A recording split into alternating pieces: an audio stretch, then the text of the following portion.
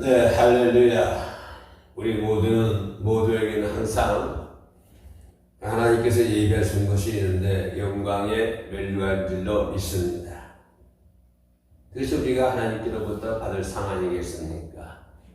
사도 바울 선생은 항상 그 상을 바라보면서 그 상을 쫓아간다고 했습니다. 이 시대를 살아가고 있는 저와 여러분들도 그때 그 사람들뿐만 아니라 우리의 머리에 씌워질 하나님의 선물, 생명의 멸류관을 받을 것을 생각하면서 오늘도 주어진 환경에서 최선의 삶을 사시기를 주님의 이름으로 축복에 올리겠습니다.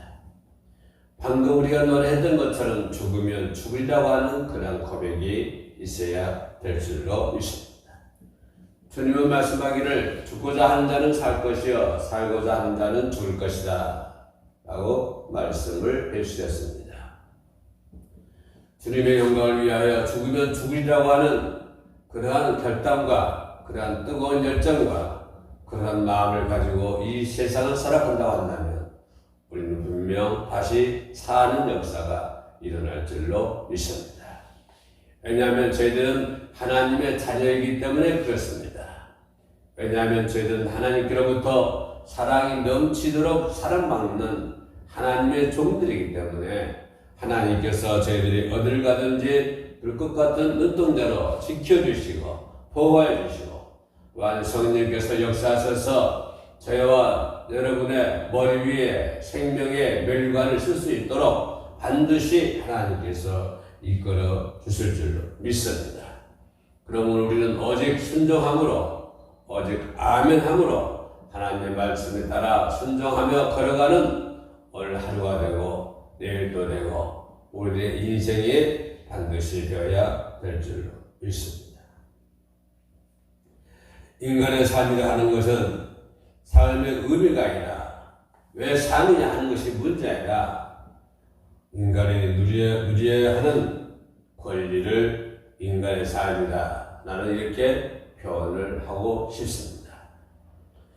인간이 이 세상에 태어나서 살아간다고 하는 것은 한번 태어났기 때문에 살아가야 된다고 하는 의무라기보다는 그 인간으로서 한 사람으로서 누릴 수 있는 권리를 저는 얘기를 해주고 있습니다. 의무적으로 사는 것하고 권리를 가지며 누리며 사는 것하고는 차이가 많이 있는 것입니다. 인간이 사는 방법도 우리가 어떤 것을 선택하여 살아가는가에 따라서 극명하게 달라지는 것을 볼 수가 있습니다. 이 세상에는 헤아릴 수 없는 많은 사람들이 살고 있습니다. 그 많은 사람들이 각자 일을 하고 있는데 어떤 일을 선택하느냐, 무엇을 하느냐 하는 것에 따라서 그 결과가 아주 극명하게 달라지는 것을 볼 수가 있습니다. 삶의 가치에 있어서 신앙인으로서 지켜야 할 최소한의 기본이 이것은 곧 십계명입니다. 세상 사람들도 세상 살아가기 위해서는 하나의 법이 있습니다. 그들이 지켜야 할 규율이 있는 것입니다. 우리가 작은 자동차를 몰고 이 거리를 헤매더라도 반드시 규율이 있는 것입니다. 자동차가 싼 자동차라고 해서 규율이 없는 것도 아니고 또 자동차가 좋은 자동차, 비싼 자동차라고 해서 규율이 더 세지는 것도 아닙니다. 물론 국가에 내는 세금은 어떤 차이가 있을지는 모르겠으나 그러나 큰 차든 작은 차든 외국에서 들어오는 비싼 차든 한국에서 만드는 작은 싼 차든 간에 그들이 이 땅에서 운행을 하려면 그들이 지켜야 할 규율이 반드시 있어야 된다고 하는 사실입니다. 만약에 규율이 없다고 한다면 이 땅에서는 자동차가 운행할 수가 없는 것이죠. 그런 것처럼 우리가 우리의 삶에 지켜야 할 반드시 신앙인으로서의 지켜야 할 가치가 있다고 하는 것입니다. 내가 반드시 지켜야 할 가치가 있는데 그것은 하나의 십계명이다. 규범이다 라고 얘기할 수가 있습니다. 많은 사람들을 사랑하고 있습니다. 부모가 자식을 사랑하고 자식이 부모를 사랑하고 또 형제를 사랑합니다. 이렇게 사랑하는 것을 우리는 의무라고 얘기할 사람은 아무도 없을 것입니다. 내가 내 자식을 사랑하는데 사랑하는 이조서 이것은 내가 해야 할 의무다 라고 생각하는 사람은 아마도 한 명도 없을 것입니다. 자식이기 때문에 사랑하는 거고 형제이기 때문에 사랑하는 것이지 사랑하는 그 자체가 내가 해야 할 의무이기 때문에 사랑을 한다 라고 생각하는 사람은 이 세상에 아마 한 명도 없을 것입니다. 의무냐 권리냐 하는 똑같은 의미입니다만은 우리가 어떤 선택을 하느냐에 따라서 맺어지는 삶의 열매가 많이 달라질 수가 있습니다. 우리가 무엇을 하느냐에 따라서 내가 맺어야 할 열매가 많이 달라질 수가 있습니다. 이 일을 하면은 작은 열매를 맺을 수밖에 없고 이 일을 하면은 큰 열매를 맺을 수밖에 없습니다. 사람들이 어떤 일을 하느냐에 따라서 그 사람들이 맺어지는 열매가 다 다를 수밖에 없다고 하는 사실입니다. 물론 하나님께서 원하시는 열매도 마찬가지입니다. 우리 하나님께서는 성령의 9가지 열매를 풍성하게 맺으라고 말씀을 해주고 있습니다. 권면의 말씀을 해주시고 또는 명령의 말씀을 해주시고 있지만은 그러나 우리가 무엇을 하느냐에 따라서 우리는 각자의 열매가 달라지고 있다고 하는 것을 우리는 많이 찾아볼 수가 있습니다. 입술은 주여 주여 하면서도 우리는 주님께서 원하는 열매가 각자 다르다는 것을 우리는 알 수가 있습니다. 분명 주님은 성령의 9가지 열매를 맺으라고 말씀했지만 어떤 사람은 이 열매를 맺고 어떤 사람은 저 열매를 맺고 각자가 열매로 무엇을 선택하느냐에 따라서 열매가 달라지는 것을 우리는 많이 볼 수가 있습니다. 똑같은 일을 하더라도 의무로 하는 일과 기쁨과 선택에 대해서 하는 일과는 차이가 많이 있습니다. 여러분 만약에 자식을 사랑하는데 의무적으로 사랑한다고 하는 것과 정말 내 자식이기 때문에 사랑하고 그를 선택하고 그렇게 사랑하는 것하고는 차이가 많이 있습니다. 교회에서 한 성도 A라는 사람이 한 성도 B라는 사람을 사랑을 합니다. A라고 하는 사람은 나 이 사람을 B를 사랑하는데 내가 사랑해야 할 의무가 있는 거예요. 그래서 나는 그 의무를 가지고 이 사람을 사랑하고 있어 라고 생각한다면 그렇게 생각하는 것과 그냥 기쁨으로 선택하고 하는 사랑과는 차이가 많이 날 수밖에 없습니다. 그래서 우리는 사랑이라 하는 것을 의무라고 표현하지를 않습니다. 우리는 결과가 나타납니다. 우리 하나님은 십계명을 이스라엘 백성에게 주었습니다. 홍해가 갈라지고 애굽에서 다쳐난 이후 3개월 만에 하나님은 그들이 지켜야 할 십계명을 주셨는데 그 십계명을 2가지로 분류를 해보면 첫째는 하나님의 사랑이요 둘째는 이웃을 사랑하라고 하는 것입니다. 이것이 우리 하나님을 믿는 사람들이 지켜야 할 규범입니다. 첫째는 위로는 하나님을 사랑하고 아래로는 이웃을 내 몸처럼 사랑하라고 하는 것이 이것이 십계명의 요지입니다. 계명이라고 하는 것을 사람의 생활이나 환경을 제한하고 그것을 억압하기 위해서 계명을 주는 것은 절대로 아닙니다. 하나님께서 이스라엘 백성들에게 십계명을 준다고 하는 것은 그 이스라엘 백성들을 억압하고 그 이스라엘 백성들의 환경을 제한시키기 위해서 십계명을 주었다라고 생각한다면 이것은 본래의 목적과 너무너무 다르다 하는 것을 볼 수가 있습니다. 오늘날 많은 사람들이 그렇게 얘기합니다. 오늘 누가 어떻게 십계명을 지킬 수 있어? 라고 얘기를 합니다. 하나님 우리들에게 무거운 십자가를 줬어. 인간이 할 수 없는 일을 주었어. 라고 생각한다면 별로 하나님 주시는 그 복과 목적과 뜻이 많이 변질되어 있다. 라고 하는 것을 우리는 말씀을 질 수가 있습니다. 과연 애굽에서 탈출한 이스라엘 민족이 시내 산에 3개월 만에 도착했는데 얼마나 어려운 길을 걸어왔습니까? 애굽에서 10가지 재앙을 만났습니다. 홍해를 건넜습니다. 그리고 석 달 만에 시내 산에 도착했습니다. 시내 산에 도착해 있는 그 사람들에게 하나님께서는 모세를 통해서 하나의 규범을 줬는데 정말로 그 규범을 주는 그 목적이 그 사람들을 올가매기 위해서 하나님은 그들에게 십계명을 주셨을까요? 정말로 하나님은 그 사람들의 생활을 제한시키기 위해서 하나님은 그들에게 십계명을 주셨을까요? 만약에 이렇게 생각한다면 십계명을 주신 하나님의 본래의 뜻과 목적이 다르다고 하는 것을 우리는 바로 인식을 할 수가 있습니다. 인간은 수많은 사람들이 살아가고 있습니다.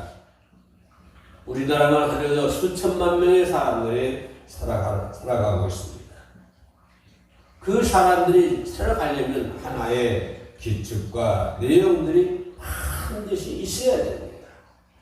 그래야 그 사람들이 살 수가 있습니다. 만약에 이 세상에 그런 내용도 없고 그런 규칙도 없고 그런 법률이 없다고 한다면 그런 신세 사람들이 살 수 있는 것입니다. 나같이 힘이 없는 사람들은 살 수가 없는 것입니다. 인간의 공동체 안에서 지켜야 할 규칙과 그런 규범이 있어야 할 듯이 해야 되는 것이 이 세상에서 권리를 누리고 살려면 의무에 대한 것도 제대로 살펴봐야 된다고 하는 사실입니다. 그리고 그것을 반드시 지켜야만이 이 세상에서 권리를 가지고 살 수가 있습니다.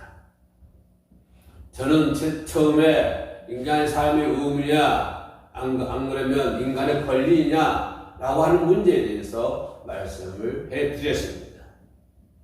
인간이 이 시대에 사는 것은 하나의 의무에 불과한 것이 아니라 인간이 이 시대에 사는 것은 권리이다. 권리를 가지고 살아야 된다라고 표현을 했습니다. 이 표현은 누구나 다 알 수 있는 표현입니다. 그러면 인간이 이 세상에 살면서 하나의 권리를 누리면서 살기 위해서는 반드시 하나의 규칙을 지켜야 되고 규범을 지켜야만이 그 사람은 이 세상에서 권리를 누리면서 살 수가 있는 것입니다. 이스라엘 백성들이 이집트 탈출해서 홍해를 건너고 3개월 지나서 시내산에 도착을 했다고 말씀을 드렸습니다. 모세는 시내산에 올라갔습니다. 오늘 본문 말씀입니다. 시내산에 올라가서 그는 아무것도 먹지 않았습니다. 8절 말씀, 출애굽기 34장 8절 말씀, 28절 말씀 다시 번독하면 모세가 여호와와 함께 40일 40날을 거기 있으면서 시내산 꼭대기에서 40일 동안 밤낮을 거기에 하나님과 함께 있으면서 분명히 모세가 여호와와 함께 40일 40날을 거기 있으면서 라고 성경은 얘기하고 있습니다. 거기 있으면서 떡도 먹지 아니하였고 물도 마시지 아니하였으며 40일 동안 시내산 꼭대기 여호와와 함께 있으면서 떡도 먹지 않고 물도 먹지 않다고 하는 것은 완전히 금식을 했다고 하는 사실입니다. 그랬더니 여호와께서는 언약의 말씀 곧 십계명을 그 판들에게 기록하였더라 라고 성경은 오늘 본문에서 말씀을 해주고 있습니다. 이집트에서 탈출한 지 불과 석 달 만에 하나님의 선택과 또한 하나님의 사랑 불가에서 벗어나려고 몸부림쳤던 사람들입니다. 불과 석 달밖에 지나지 않았습니다. 400년 이상 동안을 애굽에서 고생했던 사람들이 불과 애굽에서 탈출한 지 석 달 만에, 석 달 되었습니다만은 석 달 만에 하나님의 사랑에서 벗어나려고 그들은 몸부림쳤습니다. 하나님이 그들을 선택하는 것을 부정하려고, 하나님이 그들을 선택하는 것에서 벗어나기 위해서 그들은 몸부림치는 것을 볼 수가 있겠습니다. 십계명은 인간의 자유를 위해서 주어진 계명입니다. 시내산에서 모세가 십계명 받은 것은 그 이스라엘 백성들에게 억압하기 위해서, 그 사람의 생활을 이렇게 제한하기 위해서 십계명을 주는 것이 아니라 그 사람들에게 자유를 주기 위해서, 어떠한 독재가 아니라 그 사람들이 온전한 권리를, 인간으로서의 권리를 누리기 위해서, 또는 한 걸음 더 들어가서 성도의 권리를 누리기 위해서 그에게 십계명을 주었다고 하는 사실입니다. 그들의 자유를 위해서 십계명을 주었습니다. 그러나 여러분 보십시오. 십계명이 보면은 어떤 십계명에서 긍정적인 표현보다는 부정적인 표현을 더 많이 쓰고 있습니다. 우리가 이 부분만 생각하면 뭘 하라는 것보다도 뭘 하지 마라, 뭘 하지 마라, 뭘 하지 마라, 하지 마라, 하지 마라, 이런 부정적인 표현들이 십계명에 더 많이 기록이 되어 있습니다. 뭘 하라는 것보다는 뭘 하지 말라고 하는 것이 긍정적인 표현보다는 부정적인 표현이 십계명 속에 더 많이 담겨져 있는 것을 볼 수가 있습니다. 무엇을 하라는 말보다는 무엇을 하지 말라는 하나님의 말씀은 우리에게 더 많이 주시는 계명이라고 하는 사실입니다. 부정적인 계명이 더 많다고 하는 것입니다. 무엇을 하지 말라고 하는 말이 더 많이 있다고 하는 사실입니다. 나는 이 과정에서 곰곰이 생각해 봤습니다. 에덴 동산을 생각해 봤습니다. 에덴 동산에서 하나님과 아담은 가실 나무 중에 어느 가시든지 다 먹을 수 있지만 선악과의 가실만은 먹어서는 안 된다 라고 얘기를 쓰고 계십니다. 자, 에덴 동산에는 많은 과일이 있다고 그랬습니다. 많은 과일이 있지만 너희들이 그 과일을 다 먹을 수 있지만 중앙에 있는 선악과 나무 열매를 하나만 먹지 말라라고 표현을 해주고 있습니다.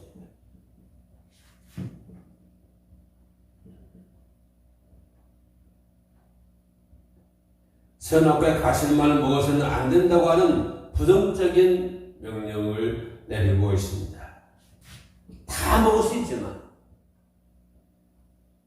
에덴 동산의 모든 열매, 모든 과일을 다 먹을 수 있지만 중앙에 있는 선악을 알게 하는 그 나무의 열매를만은 먹어서는 안 된다라고 부정적인 명령을 내립니다. 먹지 말라고 하는 부정적인 명령을 내립니다. 그런데 말입니다. 여기서 한 걸음 더 들어가서 우리가 생각해 볼 수 있는 것은, 만약에 에덴 동산에서 하나님께서 부정적인 명령 대신에 긍정적인 명령을 더 많이 내셨다면 어떻게 됐었을까요?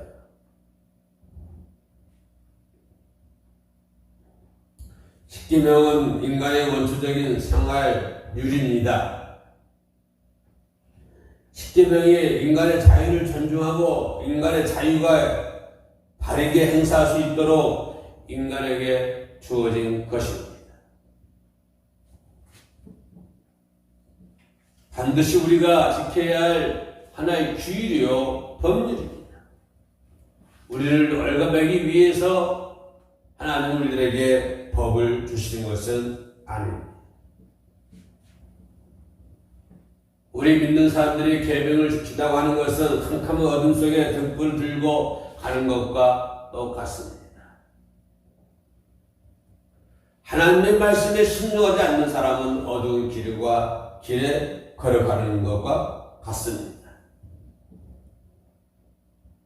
등불이 있으면 실족할 염려가 없듯이 빛 대신 하나님께서 함께 하시면 어떠한 환경 가운데서도 지킴을 받고 하나님의 자녀된 권세와 축복을 누릴 수가 있는 것입니다. 내가 어떤 어둠 속에 있다 할지라도, 내가 어떤 환경 가운데 있다고 할지라도,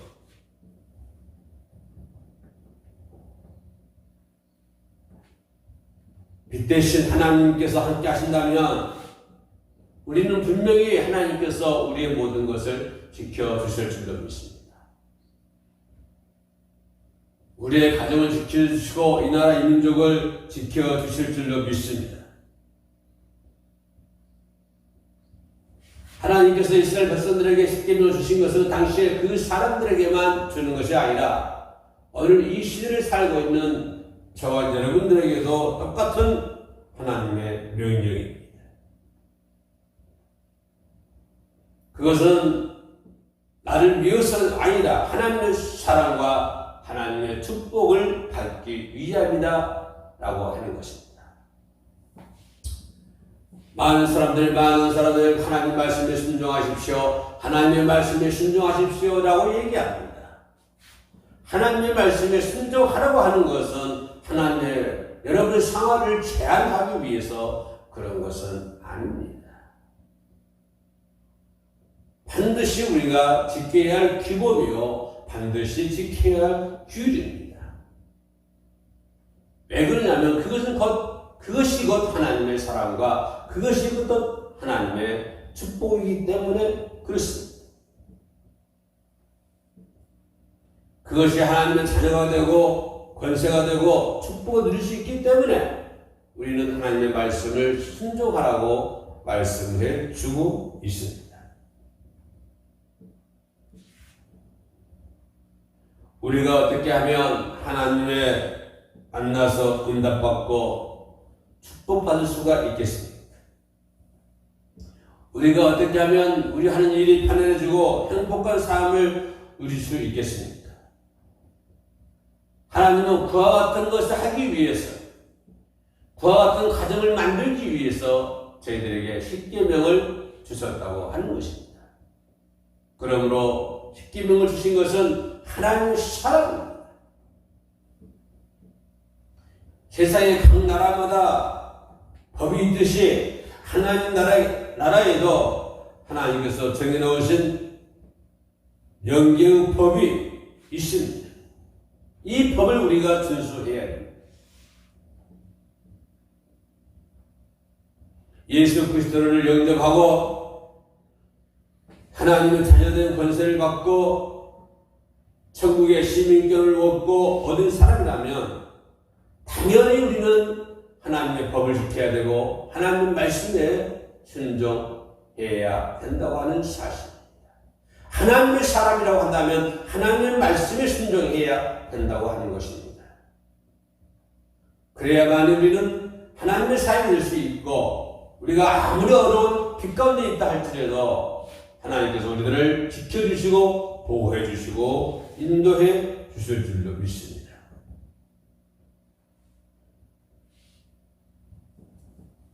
우리가 그러한 하나님의 사랑, 하나님의 계명, 하나님의 법을 안다면 우리는 하나님께 두 손 들어 찬양하며 감사해야 되는 것입니다.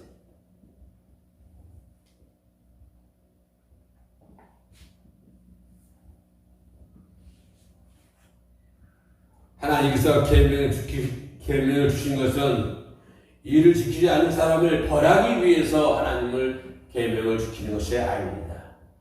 하나님은 광야에서 헤매고 있는 그 사람들에게 십계명을 주시는 것은 그 법을 지키지 않는 사람들에게 벌을 주기 위해서 주시는 것이 아니라 모든 사람들이 다 지켜서 아름다운 천국에서 영생을 누리도록 삶을 누리기 원하는 그런 마음으로 이스라엘 백성들에게 십계명을 주시는 것을 볼 수가 있습니다. 그 안 지킬 사람을 벌하기 위해서 하나님은 십계명을 주신 것이 아니라 거기 있는 모든 사람들이 전부 다 한 명도 빠짐없이 전부 이 계명을 지켜가지고 천국에서 영생 복락을 누리기 위해서, 그러기 위해서 하나님은 그들에게 십계명을 주는 것을 볼 수가 있습니다. 오늘 이 시대를 살고 있는 저와 여러분들에게도 하나님은 법을 주셨습니다. 법을 안 지킬 사람들을 벌하기 위해서, 멸망시키기 위해서 그 법을 주신 것이 아니라, 그 성경 말씀을 주신 것이 아니라, 모든 사람들이, 지구의 모든 사람들이 구원받아 천국에서 영생의 복락을 누리기 위해서 하나님의 말씀을 주셨다고 하는 사실을 우리는 기억해야 됩니다. 그러므로 우리는 감사해야 되고, 그러므로 우리는 찬양해야 되고, 늘 하나님을 찬양해야 되고, 이 법을 주신 하나님께 감사해야 되고, 이 법이, 이 하나님의 말씀이 우리 가정에 빛이 되고 등불이 되고 우리가 나아갈 길을 비춰주는 그런 빛이 되게 하사 이 빛을 통해서 우리는 하나님의 나라에서 천국 영생의 복락을 누리게 될 것입니다. 그리고 저와 여러분의 머리에 생명이 매일간에 반드시 씌워질 줄로 믿습니다. 그날을 생각하면서 그걸 바라보면서 오늘도 열심히 살아가는 하나님의 말씀에 순종하며 하나님의 뜻을 그리워하면서 살아가는 주의 성도가 되시기를 주님의 이름으로 축복에 올립니다. 기도하겠습니다. 모세가 40일 동안 시내 산에 있으면서 깨끗한 석판에 하나님의 말씀을 써서 기쁘게 들고 산에서 내려왔습니다. 그러나 인간들은 추하게도 아론과 백성들이 금송아지를 우상을 만들어 숭배하고 있는 모습을 우리는 볼 수가 있습니다. 바로 금송아지를 만드는 모습이 우리들의 모습이 아닌가, 내 모습이 아닌가 생각하는 기회가 되게 하여 주시옵소서.